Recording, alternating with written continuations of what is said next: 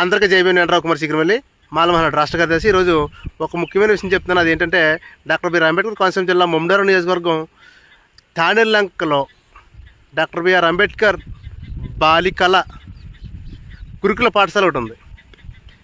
ఈ పాఠశాలకి గత వైఎస్ఆర్సీపీ ప్రభుత్వం ఉన్నప్పుడు 2-3 సార్లు ఈ కాంపౌండ్లోకి కొంతమంది దుండగులు హల్చల్ చేశారు. ఒక లేడీస్ హాస్టల్లోకి మగాళ్ళు చొరవ చేయడం అంటే అసమస్య కాదు. కానీ ఇలా జరిగిందని లోకల్ పోలీస్ స్టేషన్లో అదేవిధంగా డిఎస్పీ వరకు కూడా ఫిర్యాదు చేసిన ఇప్పటి వరకు ఏ విధమైన చర్యలు తీసుకోలేదు. అంటే అర్థం ఏంటి? ఈ దుండగులు చేసే ఈ కార్యక్రమంలో అసలు దుండగులు ఎందుకు దూరారు? అసలు లేడీస్ హాస్టల్లోకి మగవాళ్ళతో పనేంటి? మొగళ్ళు ఎందుకు వచ్చారు? దీని వెనకాల ఏమైనా హాస్టల్ వార్డెన్ హస్తం ఉందా, లేకపోతే ప్రిన్సిపల్ హస్తం ఉందా? దుండగులు ఏదైనా దొంగిలించడానికి వచ్చారా, లేకపోతే ఏదైనా అమ్మాయిల కోసం వచ్చారా అనేది ఇది ఒక ప్రశ్నార్థకం. దీని మీద ఎవ్వరు కూడా ఏ విధమైన చర్యలు తీసుకోలేదు. కానీ పోతే ఇదిలాగా ఉంటే ఇప్పుడు ప్రజెంట్ జరిగిందే జరిగిపోయింది. దీని మీద ఖచ్చితంగా చట్టరీత్యా కఠినమైన చర్యలు తీసుకోవాలి. ఈ కేసుని పక్కనే పెట్టారు. ఖచ్చితంగా ఈ కేసుని నేను రీఓపెన్ చేయించి దీని మీద ఇన్వెస్టిగేషన్ చేయించే ప్రయత్నంలో నేను ఒక కార్యక్రమాన్ని తలపెట్టే ప్రయత్నం చేస్తాను.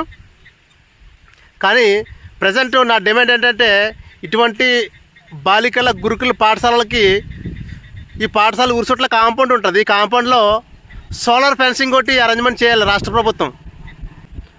నెంబర్ 2, హాస్టల్ మెయిన్ గేట్ దగ్గర సీసీ కెమెరాలు ఏర్పాటు చేయాలి.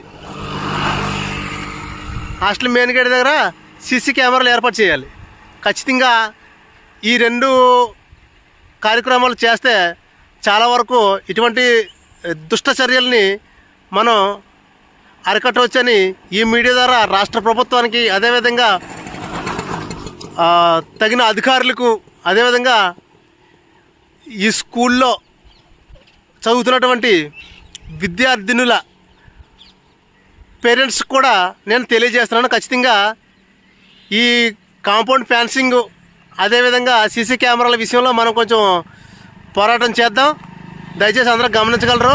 దయచేసి నా ఈ వీడియోని నచ్చితే కనుక నలుగురికి షేర్ చేయండి, ఆలోచింప చేయండి. ఖచ్చితంగా ప్రజా సంక్షేమం కోసం మనం పనిచేద్దాం. జై భీమ్.